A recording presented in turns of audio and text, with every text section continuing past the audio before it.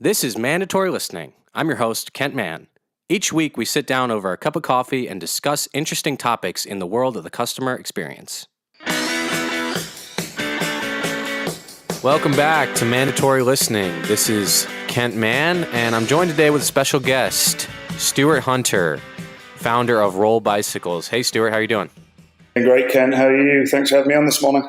Of course, yeah. Thanks for doing this. You are in Ohio, is that correct? That's correct. Columbus, Ohio, as you can probably tell by the accent.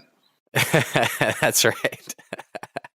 So what's your life story, if you could sum it up in 30 seconds? My background is actually in retail design and brand strategy. Was my first career working with agencies in the UK, and then I moved to the States on the back of that career. And became interested in bikes really as a consumer. Saw the opportunity kind of from a professional kind of standpoint and jumped ship in 2006 to found Roll. 2006. And Yep. Did you have a partner or a group of people with you, or was it just yourself?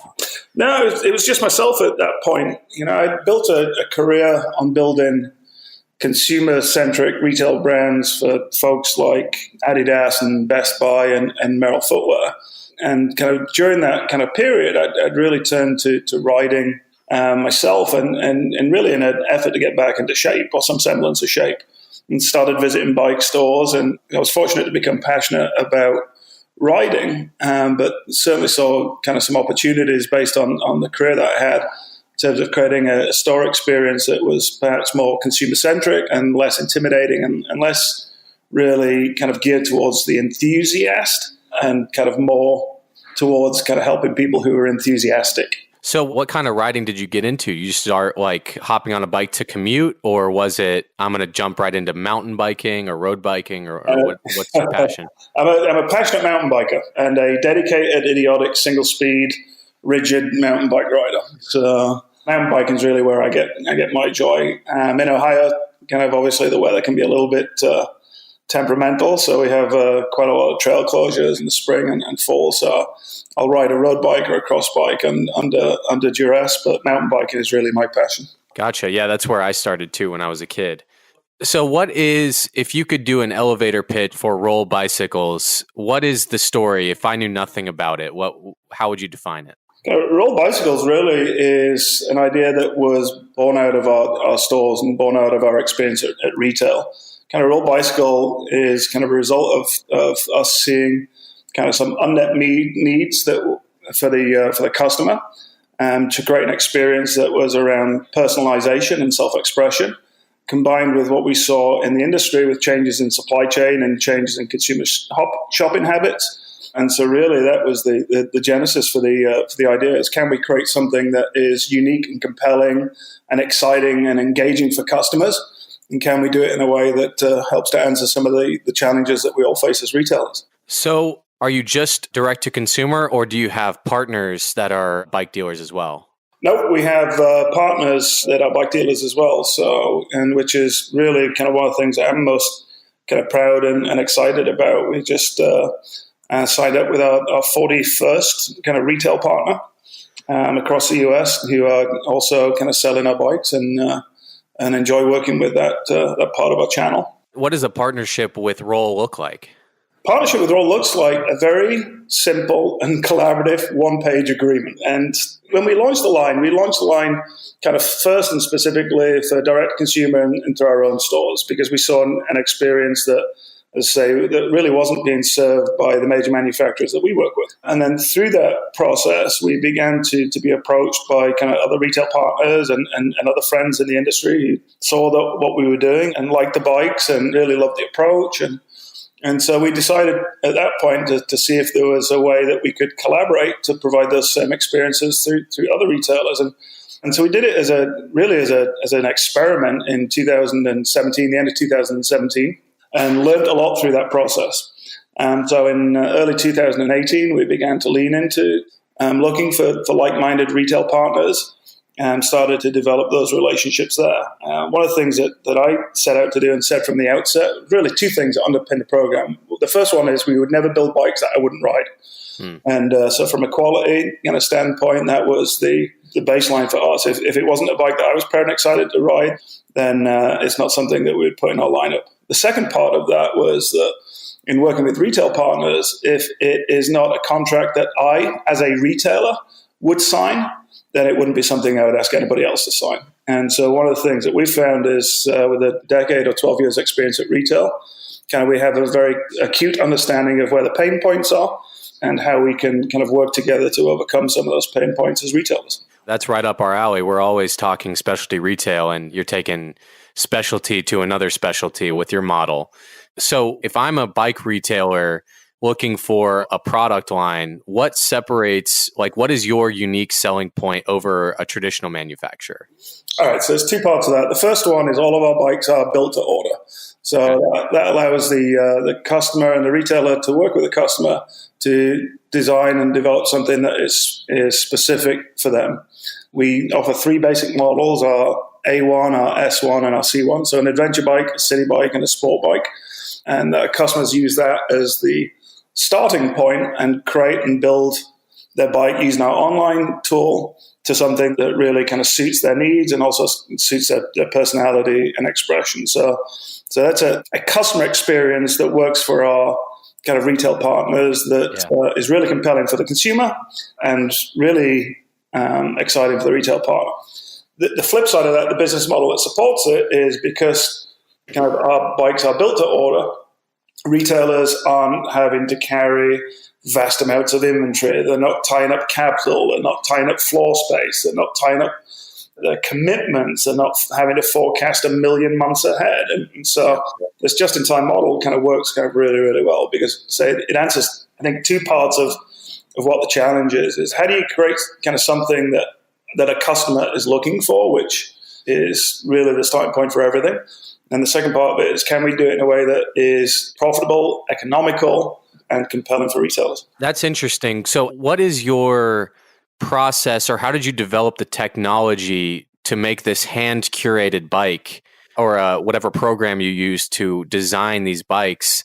What is that technology that, because most manufacturers will just create stock bikes for certain body types or certain heights or whatever. Mm-hmm. So what is that technology and how did you stumble upon it? Well, the technology is pretty simple. It's just reversing the supply chain a little bit. Yeah. The bike builder, we operate on the Shopify platform for those that are interested in kind of e-commerce. And so our system is all built out on the Shopify platform. So that's the tool that we use with a custom kind of website that allows us to do the configuration online, and it links through to our backend system. And then that's the mechanical process of ordering a bike. The philosophical process was really for us in identifying the things that mattered to a customer and the things that mattered to particularly our customer, as we call them the active customer, who are, say, enthusiastic rather than what they would traditionally kind of call as an enthusiast, although there's an interesting point about enthusiast maybe we can get to later. So trying to understand kind of what the end customer is really looking for from a personalization experience, and then marrying those two. And then in doing that, can we do it in a way that answers, say, some of the economic challenges? I think kind of one of the biggest things that we've been able to overcome is when you actually look at our bikes, even though from a customer standpoint, it is a very personal one-off built-to-order experience, when you actually run the math, there are 416 different configurations of bicycles you can build on our site before you even add an accessory. Oh, my word. And so kind of when you say those kind of numbers, it sounds overwhelming, which, as I say, that's certainly not the customer experience. But from a supply chain standpoint, from a business standpoint, there's no way that we're carrying that number of SKUs as fully kind of completed bikes. And it would be impossible. It's just an impossible kind of dream. So the idea of kind of built to order allows us to really kind of radically reduce the number of SKUs and reduce the number of component parts that are required in order for us to be able to deliver on that breadth of product. Wow. How many people do you have in your company? So kind of, if I look across the whole business, kind of Ohio is pretty seasonal. So in the summer, we'll be running between 50 and 60 individuals. And then kind of off-season, that runs to about 25 full-time individuals. Gotcha. So One of my questions that I was planning on asking you is how do you are all your employees in the Ohio area? They are, yes. So how do you in that particular market, how do you find, how do you keep and incentivize good talent? That's a $1 million question. It is, yeah. So And I figured I'd ask you for the one sentence answer. You've got the secret. I'll give you the $5 answer to the $1 million Yeah. question. But us, it's been very clear about what the goals of our business are, but also what the mission and the values of our business are. And so we've done a lot of work in looking for team members and people who are aligned with our company values and believe in our mission, the idea that our purpose and passion is the idea that bikes change lives. Yeah. And it's certainly true for me. It changed my life not only physically, it changed it from a career standpoint. It kind of took me halfway across the world. And so bikes kind of change lives in a very positive way. And so we look for people that subscribe to that. And those people kind of, we look for people that also kind of share the values, and we have 4 core values in our business. The first is respect our roots. The second is celebrate all riders. The third is live the lifestyle. And the fourth is show up to make a difference. And so when we find kind of those people, what we find is that we have a mission that is attractive in an industry and in a category that people resonate with. And then our job becomes, well, how do we create the physical and financial circumstances that allow those people to indulge themselves in those kind of passions and to live a life that get around bicycles. So when you're hiring some of these people or talking to new talent or just kind of expanding outward for looking for employees, how do you communicate what a career in your company is going to look like?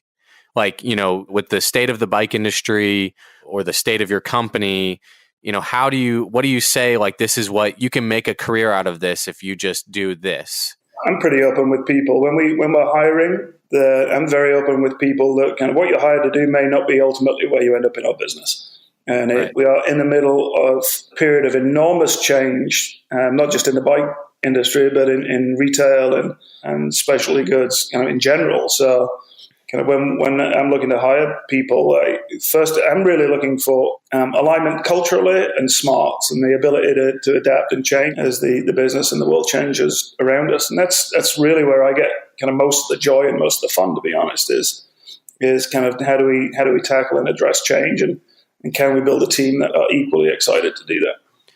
Yeah, this podcast should go out during our Bike Month newsletter. So just in the state of the bike industry, where do you see the bike industry currently, since your company's been around? And then also, where do you see it going? Do you think that the retail apocalypse is upon us, or what's your thought?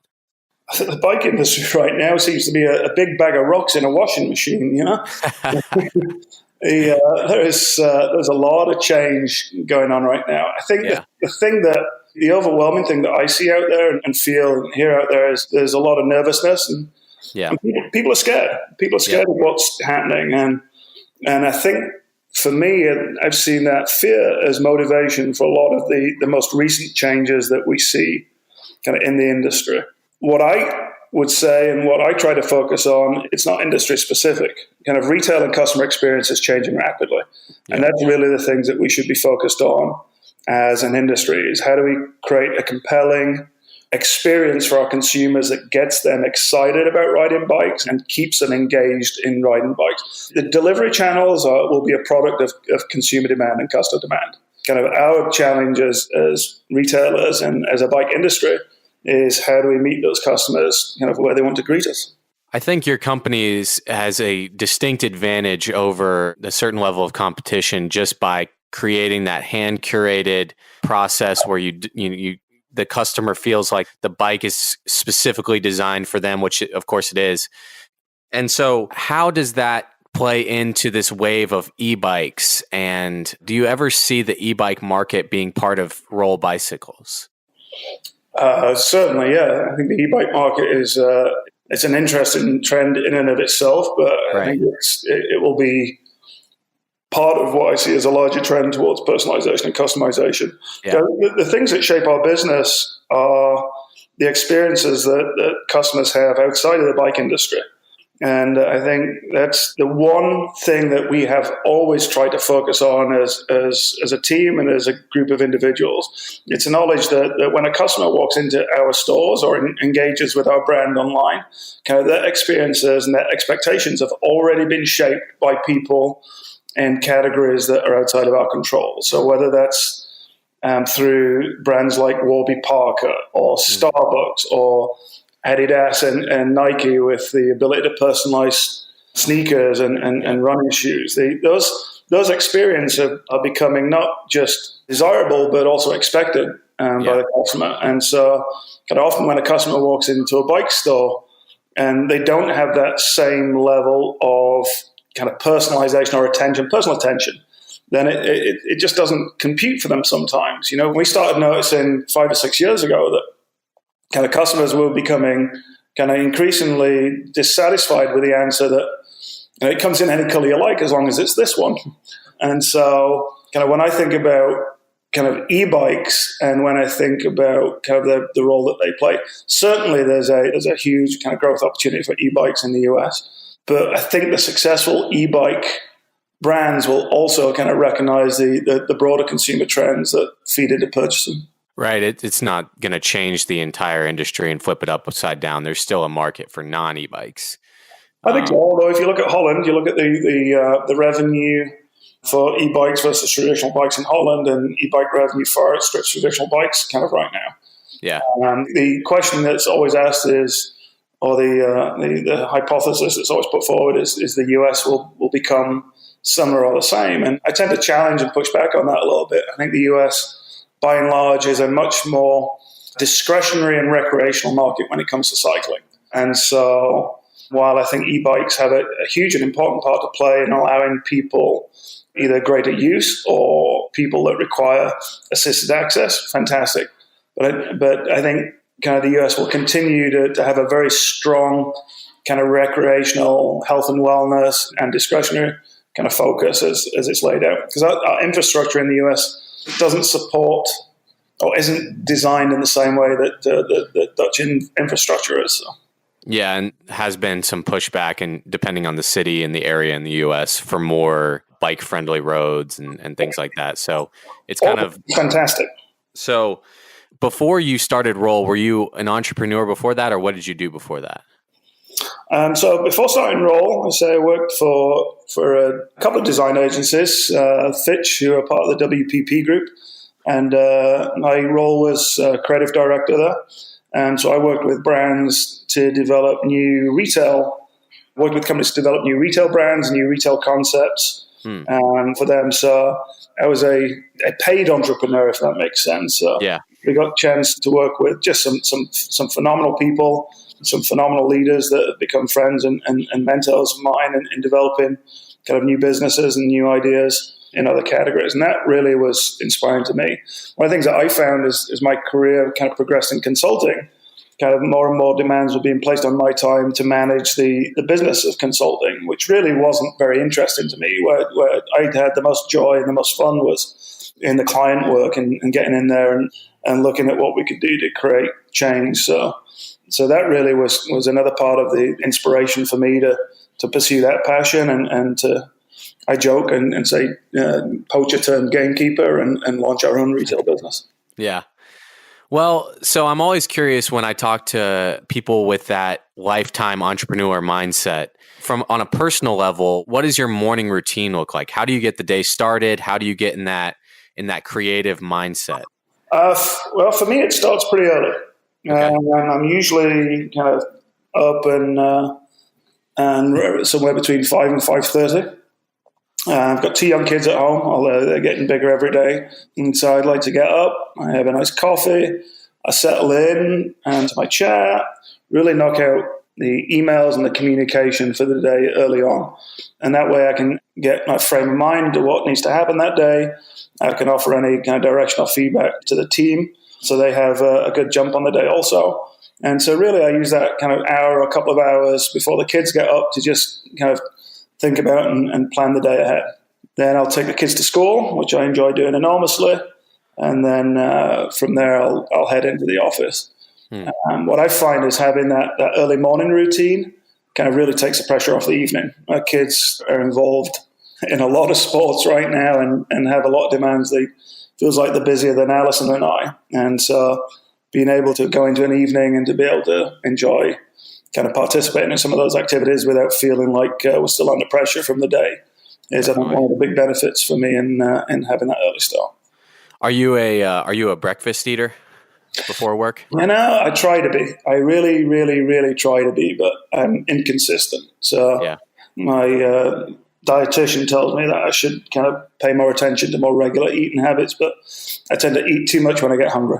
Yeah. It becomes I got to eat now and I got to be full by the end of it. So yeah, and Alison I think knows me well. She carries granola bars and with her wherever we go together because she knows when the hanger will kick in. Yeah, definitely. The hangry Stuart is not a fun Stuart. We might be talking. So, I think I'm the same way. And I think in a lot of the industries that we work, having a solid morning routine to get yourself in that frame of mind, I can imagine for you, that's in that the very creative idea, like you probably have a bunch of ideas rolling through your head at the same time. So just getting yourself in that mode of efficiency and knowing that getting my work done now means I get to spend time with the kids later is definitely a positive thing, and I think probably good for your stress relief. Yeah, and for me, it's been a forced routine. In my consulting career, I was always a very kind of night owl individual, and so I'd work late into the early hours of the morning. So, and then kind of life changes, and you have to adapt accordingly. So, definitely. So as we get to the end here, another personal question. Are there any books that you would recommend? Are you much of a reader? What do you keep on your bedside table at the moment?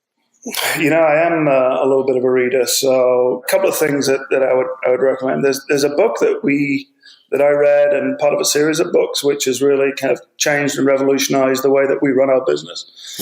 And it's a book called Traction by Gino Wickman. And it's an outline of EOS, which is the entrepreneurial operating system. I think for any entrepreneurial business and for any small business for that matter, kind of what Traction does is provide a very clear insight and understanding of a series of systems and processes designed to help keep the business pointed in the direction and the people kind of aligned in the direction it's going. So that's a read that I would recommend for any kind of entrepreneurial kind of business, and I think it'd be great for many of our listeners. Okay. The one that's sitting on my nightstand right now, which I'm excited to get dug into, is called Atomic Habits. Okay. And it was gifted to me a couple of days ago. I'm part of a group called Vistage, which is a peer-to-peer CEO organization. And so it was gifted to me by my Vistage chair as our next great read. So. Awesome. Well, I'm currently reading Become What You Are by Alan Watts. And anything by Alan Watts just causes me to have every chapter is a different mind explosion. So I like books like that. I love those, that kind of like self-help category or philosophy category.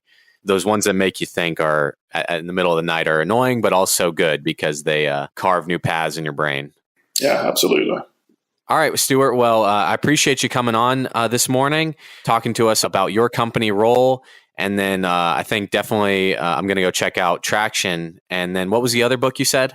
Atomic Habits. Atomic Habits. Okay, I'm going to definitely check those out. If it's recommended by you to our listeners, then go ahead and check that one out too on Amazon. Thanks again, Stuart, and appreciate you spending some time with us this morning. And for our listeners, always feel free to send out any questions, comments, feedback. We love to hear them. So thanks again, and we'll talk to you soon. Great, Kent. Thanks a lot, and I really enjoyed our conversation, and look forward to talking again soon. Of course. That's it for this episode. If you like what you hear, subscribe and leave a review on our iTunes channel. We'll see you next week.